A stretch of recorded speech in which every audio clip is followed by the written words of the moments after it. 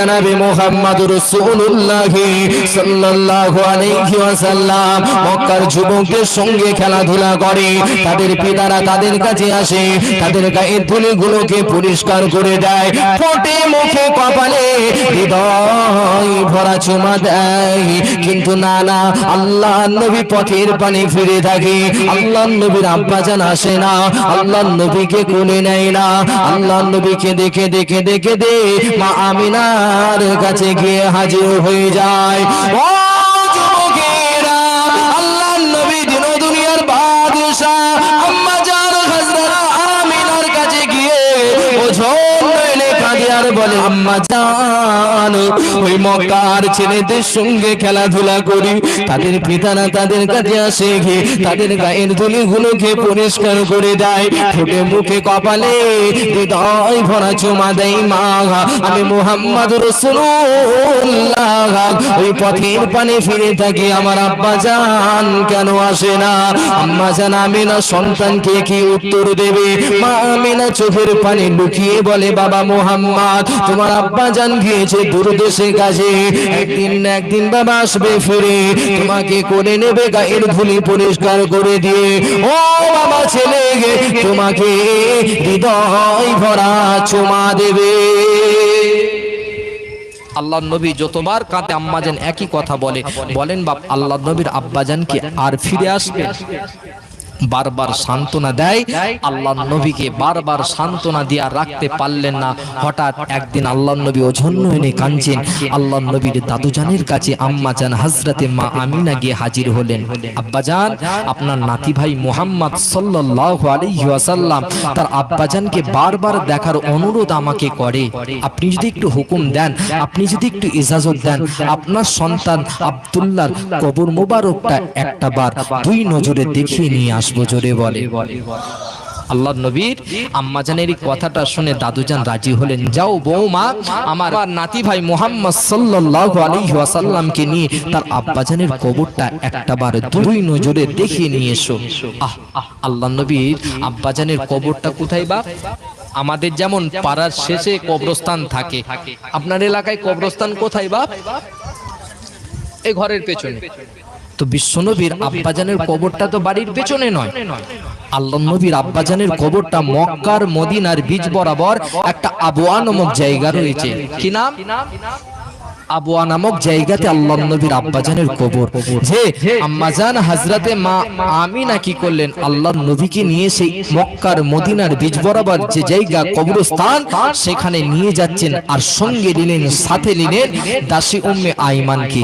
তিনজনা রওনা দিলেন, গুটি গুটি পায়েতে সে আবওয়া নামক জায়গাতে দাঁড়ালেন। ও যুবকেরা, আম্মাজান হযরতে মা আমিনা ওই আবওয়া নামক জায়গাতে দাঁড়িয়ে গিয়ে আল্লাহর নবীকে ডাক দিয়ে বললেন, বাবা মুহাম্মদ সাল্লাল্লাহু আলাইহি ওয়াসাল্লাম, বাবা বারবার যে আব্বাজানের কথা, আমি তোমার জনম দুঃখিনী মা, আমাকে জিজ্ঞাসা করো বাবা, তবে বাবা শুনে রেখে দাও, জেনে রেখে দাও, আর কোনোদিন তোমার আব্বাজানের কথা, আমি তোমার জনম দুঃখিনী মা, আমাকে আর জিজ্ঞাসা করবে না। ও যুবকেরা, আল্লাহর নবী ডাক দিলেন, বাবা মুহাম্মদ, ওই যে দূরে কবরটা দেখিতে পাও, ওই কবরটা তোমার আব্বাজানের কবর, জীবনের মতো দেখে নাও, আর আমি তোমার জনম দুঃখিনী মা, আমাকে আব্বাজানের কথার জিজ্ঞাসা করবে না। আল্লাহর নবী কথাটা শোনার সঙ্গে সঙ্গে আম্মা জান আমিনার হাতটা জড়িয়ে ধরে বললেন, আম্মা জান, আমার হাতটা একটু ছেড়ে দিন, আব্বাজানের কবরের কাছে একটু যেতে দিন, হাতটা একটু ছেড়ে দিন, আব্বাজানের কবরের কাছে একটু যেতে দিন। মা আমিনা ছাড়বেন না, আল্লাহর নবীও শুনবেন না, টানাটানি করতে করতে হঠাৎ করে আম্মা জান আমিনার হাতটা ফসকে গিয়ে আল্লাহর নবী কাঁদতে কাঁদতে দৌড়াতে দৌড়াতে আব্বাজানের কবরের কাছে গিয়ে হাজির হলেন। আব্বাজান উঠে পড়েন, আমি মুহাম্মদুর রাসূলুল্লাহ এসেছি, আমাকে কি করে নেবেন না? গায়ের ধুলিগুলো কি পরিষ্কার করে দেবেন না? ঠোঁটে মুখে কপালে হৃদয় ভরা চুমা কি দেবেন না? আম্মা জান আমেনা সন্তান মুহাম্মদ রাসূলুল্লাহর এই কান্না দেখে থাকতে পারলেন না। কিছুক্ষণ পরে জমিনে পড়ে যায়। যখনই জমিনে পড়ে গিয়েছে, সঙ্গে ছিল, সাথে ছিল দাসী উম্মে আইমান। আল্লাহর নবীর আম্মা জানের নাকের উপরে হাত দিয়ে দেখেন মা আমিনার নিঃশ্বাসটা আর জারি না। ওদিকে বিশ্বনবী অঝন্ন এনে কাঁদছেন, আর এদিকে আম্মা জান পৃথিবীর জমিন ত্যাগ করেছেন, সাথে রয়েছে দাসী উম্মে আইমান। ও যুবকেরা, দাসী উম্মে আইমান সেই সময় আল্লাহর নবীকে ডাক দিলেন, ও বাবা মুহাম্মদ, এসো বাবা, ফিরে এসো, চলো বাবা বাড়ি ফিরে চলো, বাবা ফিরে এসো বাবা, দাদু জান তোমার জন্য আমাদের জন্য বড় অপেক্ষা করবে। আম্মা জান এখানে ঘুমিয়ে গিয়েছে বাবা। আম্মা জানকে ডেকে তোলো। আল্লাহর নবী কাঁদতে কাঁদতে মায়ের দিকে এগিয়ে আসে। আম্মা জানের লাশের কাছে এসে আল্লাহর নবী বসে পড়ে। আম্মা জানের লাশটাকে জড়িয়ে ধরে কাঁদে। আম্মা জান, আব্বা জান কথা তো বললো না, কোলে তো নিল না, পায়ের ধুলি পরিষ্কার করে তো দিল না। আম্মা জান উঠে পড়ে, বাড়ি ফিরে চলে। দাদু জান আমাদের জন্য বড় অপেক্ষা করবে, বড় চিন্তিত হবে। ও যুবকেরা, বার আল্লাহর নবী আম্মা জানকে ডাক দেন, কিন্তু না, আল্লাহর নবীর ডাকে তিনার আম্মা জানা সাড়া দেয় নাই। সেই সময় দাসী উম্মে আইমান ডাক দিলেন, বাবা মুহাম্মদ সাল্লাল্লাহু আলাইহি ওয়াসাল্লাম, বাবা ছেলে গো, তোমাকে এনেছিল তোমার আম্মা জান আব্বা জানের সঙ্গে দেখা করানোর জন্য, কথা বলানোর জন্য।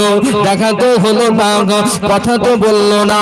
ও বাবা মুহাম্মদ সাল্লাল্লাহু আলাইহি ওয়াসাল্লাম, তোমার আম্মা জানো তোমার আব্বা জানের মতো এই পৃথিবীর জমিন ত্যাগ করে বিদায় নিয়েছে। আব্বা জানের কথাটা শুনে, আম্মা জানের কথাটা শুনে আল্লাহর নবী আম্মা জানের লাশটাকে জড়িয়ে ধরে কাঁদে। আম্মা জান এনেছিলেন আব্বা জানের সঙ্গে দেখা করানোর জন্য, দেখা তো হলো না, কথা তো বললো না, বলে তো নিল না, আপনিও বিদায় নিয়ে চলে গেলেন। আজ থেকে নবী মুহাম্মদ রাসূলুল্লাহ সাল্লাল্লাহু আলাইহি ওয়াসাল্লাম কাকে আব্বা জানের কথা জিজ্ঞাসা করব। আব্বা জানের সঙ্গে দেখা করাতে গিয়ে আম্মা জান হযরতে মা আমিনাও বিদায় নিলেন। বিশ্বনবীর বয়স তখন 6 বছর। কত বছর? 6 বছরে আম্মা হারালেন, আব্বা হারিয়েছেন 6 মাসে। আল্লাহর নবী ওখান থেকে ফিরে আসলেন দাদুজানের কাছে। বিশ্বনবী দাদুজানের কাছে বড় হচ্ছেন। হঠাৎ দেখা যায় 8 বছর 2 মাস 10 দিন যখন বিশ্বনবীর বয়স, আল্লাহর নবীর দাদুজানও পৃথিবীর জমিন ত্যাগ করলেন। কত বছর বলেন একটু? 8 বছরে দাদুকে হারালেন। দাদুজান ইন্তেকালের আগেতে আল্লাহর নবীর দায়িত্বটা তিনার চাচা জান, বড় চাচা জানের কাছে দিয়ে গেলেন। আল্লাহর নবীর চাচা জানের কাছে আল্লাহর নবী বড় হচ্ছে। দেখেন